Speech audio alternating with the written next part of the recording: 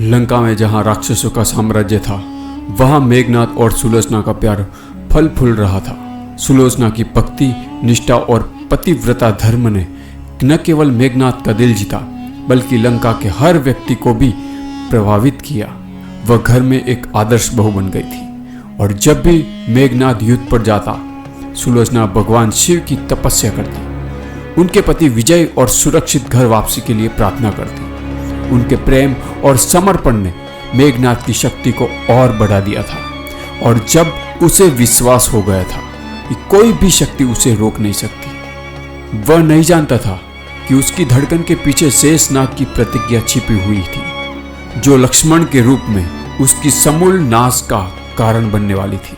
मेघनाद की शक्ति और वीरता दिन प्रतिदिन बढ़ रही थी। उसने लंका में कई युद्धों को जीता था। उसे विश्वास था कि अब कोई भी उसकी ताकत के सामने नहीं टिक सकता। एक दिन रावण के दरबार में उसे बुलाया गया, जहां राक्षसों के द्वारा किए गए उत्पातों की रिपोर्ट दी गई।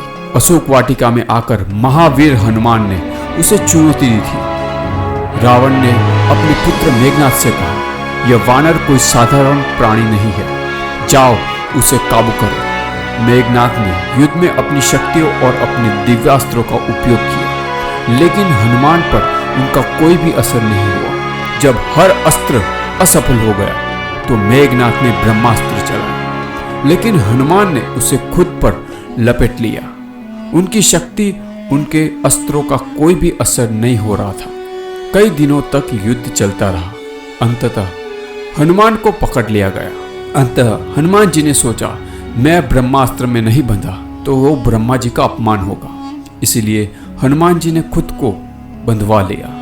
हनुमान जी को पकड़ लिया गया और लंका के दरबार में लाया गया। रावण ने हनुमान जी को ताने मारे, लेकिन हनुमान ने शांतिपूर्वक कहा, मैं साधारण वानर नहीं हूं, मैं श्री राम का दूत हूं। अगर तुम सीता माता को सम्मान के साथ लौटा दो तो तुम शांति से रह सकते हो। रावण ने हनुमान की बातों को नकारते हुए उसे दंड देने का आदेश दिया, लेकिन विभीषण ने रावण को चेतावनी दी, भैया ये वानर साधारण नहीं है, इसे बचाने का प्रयास करो। मगर रावण नहीं माना और हनुमान जी की पूंछ में आग लगाने का आदेश दिया। हनुमान जी की पूंछ में लगी आग को वह जैसे ही महसूस करते हैं, उन्होंने जय श्री राम का उद्घोष किया, जय श्री राम। फिर वह अपने शरीर को विशाल बना दिया और अपनी ताकत से सारे बंधन तोड़ दिए। वो लंका में कूदते हुए भवनों को आग से जला रहे थे।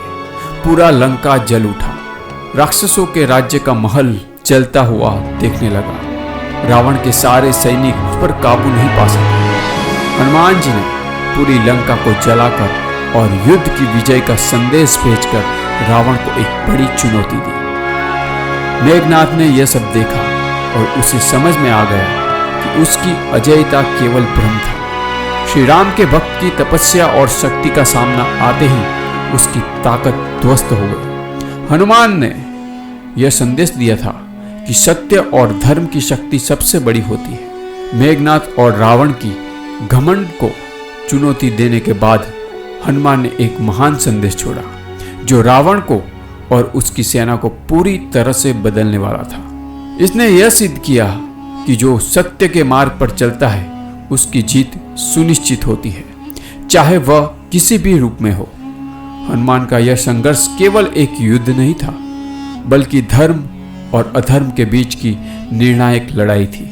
दोस्तों, मेघनाद के इस विशेष एपिसोड में, नेक्स्ट एपिसोड में हम देखेंगे मेघनाद ने लक्ष्मण जी पर कैसे शक्ति का प्रहार किया। तो चैनल पर बने रहे, चैनल को सब्सक्राइब कर दीजिए और वीडियो को ज़्यादा से ज़्यादा शेयर करें। जय श्री राम।